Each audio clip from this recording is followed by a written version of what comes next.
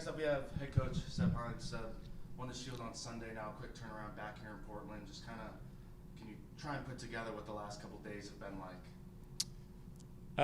Yeah, obviously a lot of joy.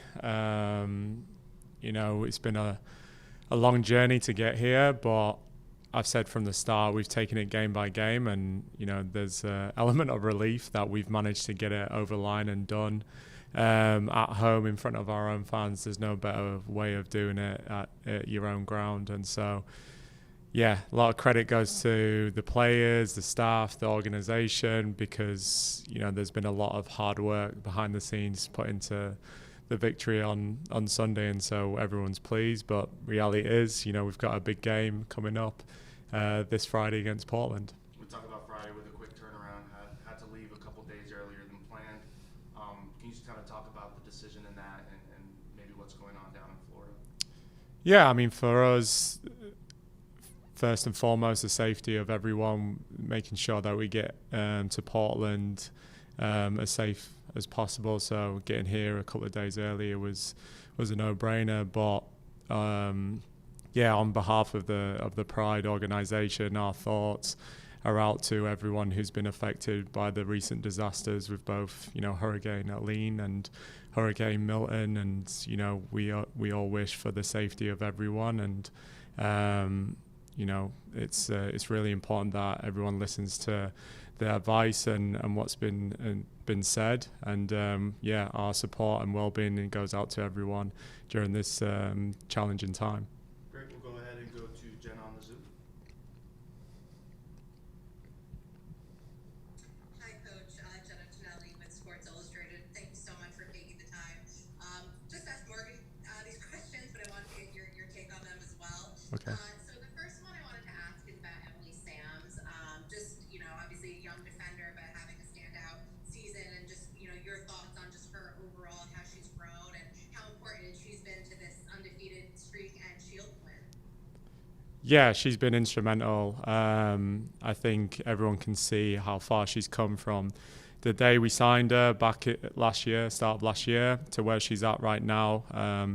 She should take a lot of confidence in her performances, but also, getting her first call up and going away with the US national team and being in that environment goes a long way. But yeah, credit to her, because she's put a lot of work into her craft, and we're just so pleased to have her here and representing this club.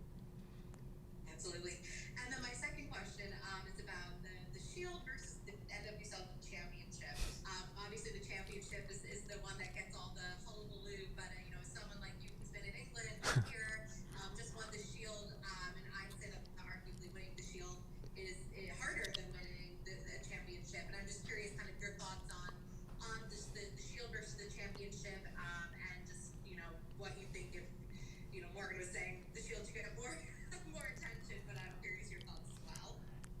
Yeah, you don't want to take any credibility away from winning the Shield. I think, like you said, it's so difficult to be so consistent throughout. It's been 10 months since we started this year, and so to do that while still being undefeated, going on the road and traveling and playing at such a high level, and the competitiveness within this league, and the parity within this league is so tough. And so you don't want to take anything away from being the number one team in the league, but you also have to read the room. And the reality is, like you said, the main focus when you step into this league is winning the championship, which is a 3-game tournament. And so once you're in that tournament, anyone can win on their given day. And so yeah, our focus now is staying consistent for these last 3 games, but making sure we're prepared for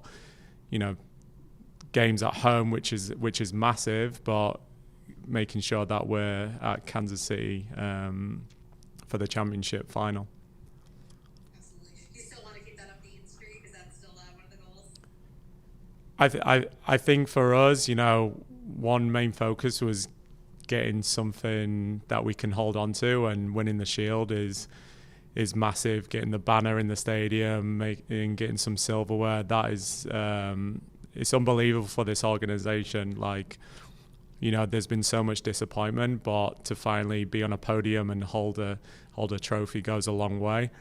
If we can stay unbeaten for the rest of the season, and you say 3 games, like that'll be in our wildest dreams. But our focus now is obviously making sure now we're competitive and looking forward to representing this club in the playoffs.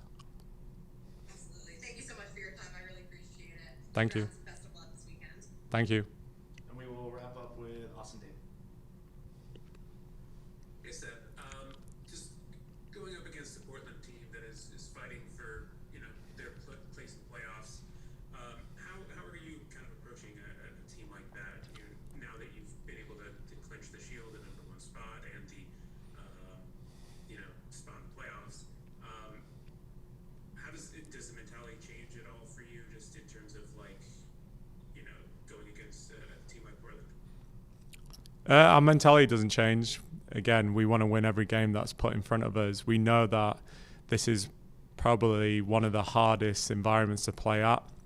And they have some really quality players.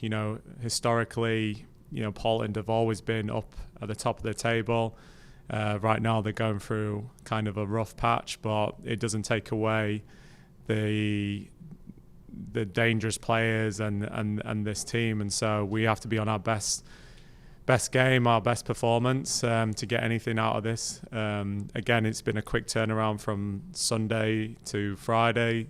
So again, we have to make sure that we're ready to go and represent this team as best as possible. So yeah, we've had discussions of rotating some players, again, to make sure that everyone feels fresh and ready to perform at their highest.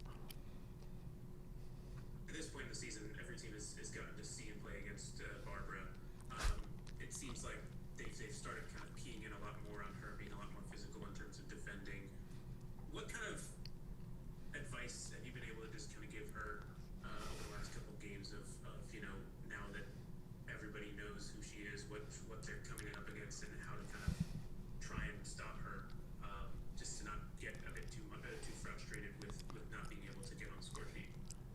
I think it's a credit to her. I think, teams now have a game plan on how to stop Barbara, because she set this league alight when she first came in. And I don't think people should judge her just based on goals. She's still a threat. She's still getting in good areas. If it wasn't for her, we wouldn't have, got the penalty. And it's incredibly difficult for teams to have to battle and fight against Barbara, but she plays such a big part in our success, and so she has to continue to grow, continue to learn, have an understanding on how to continue to manipulate defenders. But she's been tremendous, and yeah, again, we can't just judge her based on goal scoring contributions. Like, she is constantly a threat, running in behind, challenging defenders, but it also frees up other key quality players within our team. And so yeah, we'll just continue to grow her as much as possible moving forward. And talking about that, I guess, with all the other players being able to step up and get those goals, because ultimately goals change games. How impressed have you been just with everyone else on the rest of the team and their ability to find the back of the net?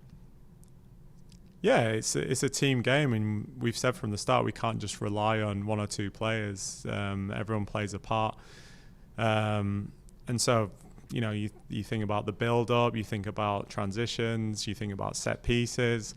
There's always opportunities to score and players to contribute, and so I've been really pleased with everyone's contributions throughout the season, not only in attack but obviously defensively as well. I know enough hasn't been talked about we kept a clean sheet as well on Sunday, so that adds to our tally. But yeah, it's been a real team effort, and yeah, it'll just continue for us to move forward.